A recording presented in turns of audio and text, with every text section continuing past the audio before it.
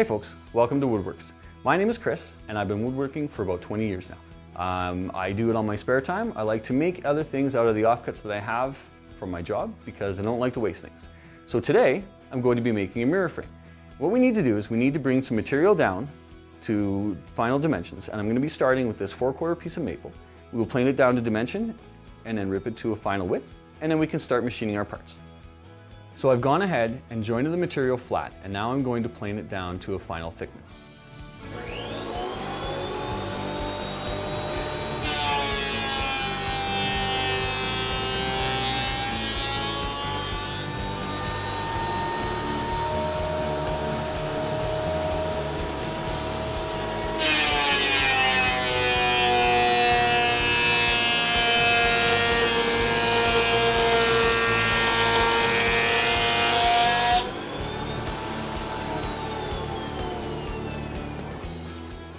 So there you have it. We are down to 3/4 of an inch thick, and now I can start ripping them to size.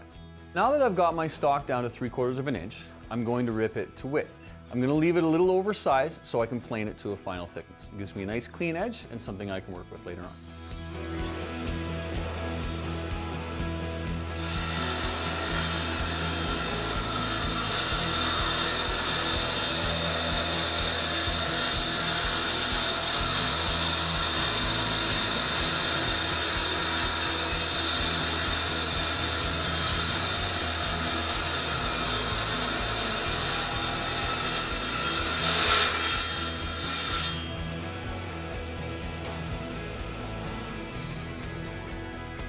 Now, as you can see, I've removed my guards for clarity.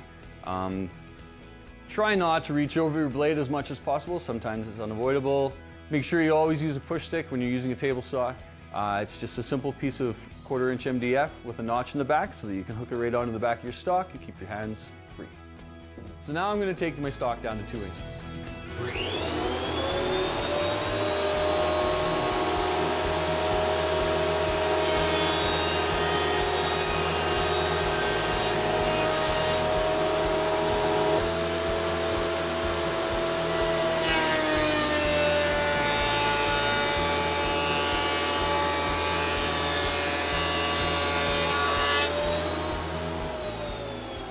You may have noticed me flipping the material every once in a while. There is tension in lumber, and if you take it all off the same side, you can actually curve your piece of wood. So make sure that if you're going to plane off of both sides.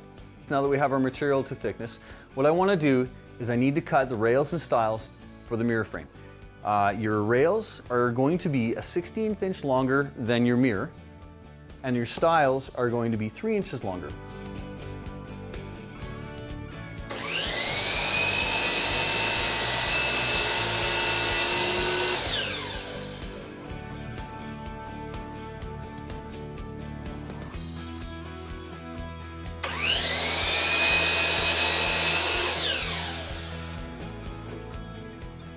Okay, so I have my pieces to dimension. The next thing I want to do is I want to cut a dado in the center of this to accept the mirror. Now basically a dado is just a groove. The thickness is going to be determined on my mirror. Seeing as how I already have the mirror, I'll be notching out something like that.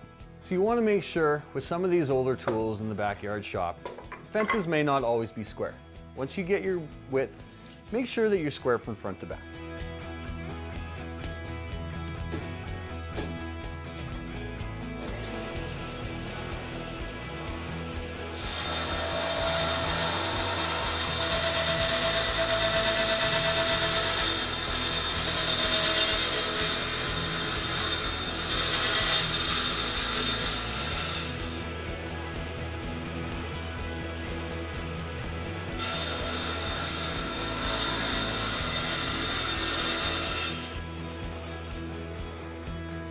So you notice I passed that over the blade twice. What I've done is I've centered this groove, and although it may not be quite to width, I can just take my fence out until that fits. I'm pretty close, so I don't want to go too far.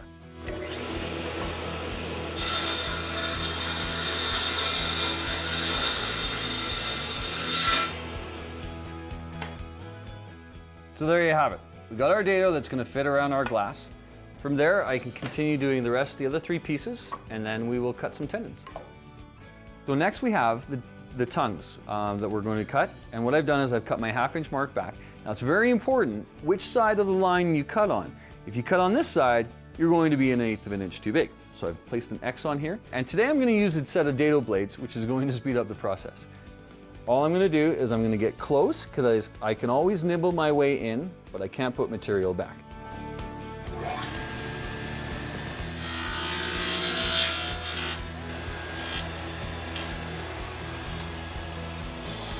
There you have it. So we have our tongue and groove made. All I want to do now is I want to dry fit this to make sure everything's good before I go ahead and glue it all up. So we got a nice dry fit. Anytime you get a chance to use some of the natural characteristic of the wood, I encourage it because I just think it's so beautiful and we may as well show it off. My dry fit works. I'm going to go ahead and glue everything up. Now I'm using maple. The applications here work for any kind of material. I just happen to have this on hand, so I'm going with it. When you are gluing, you want to make sure that you keep your glue away from your mirror in this case. So I'm going to basically just go about a ½ inch back, and that will all squish up really nicely. And I'm going to do both sides because you want to get as much glue in as you can.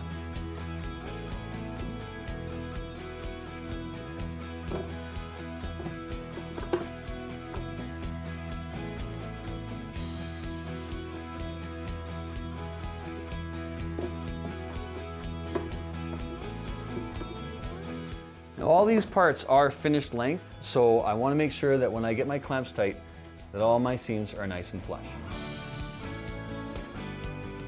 Okay, so we're all clamped up. I'm using pipe clamps because they have excellent holding power, and we need to suck up all the joints so they stay nice and tight. The only thing I have to do now is I'm going to actually flip this over and just take a measurement from corner to corner and make sure that I'm square.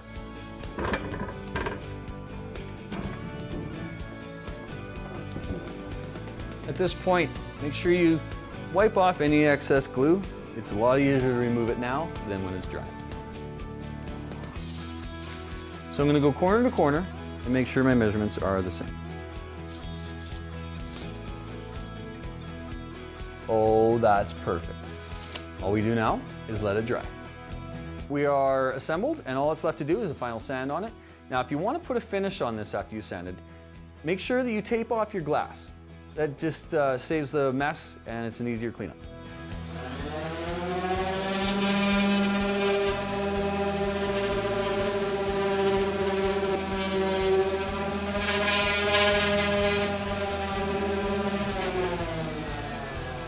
So we've got it all sanded. The last thing you want to do is just break the edges. There's two reasons for that. One is so that you don't cut yourself because they're really sharp.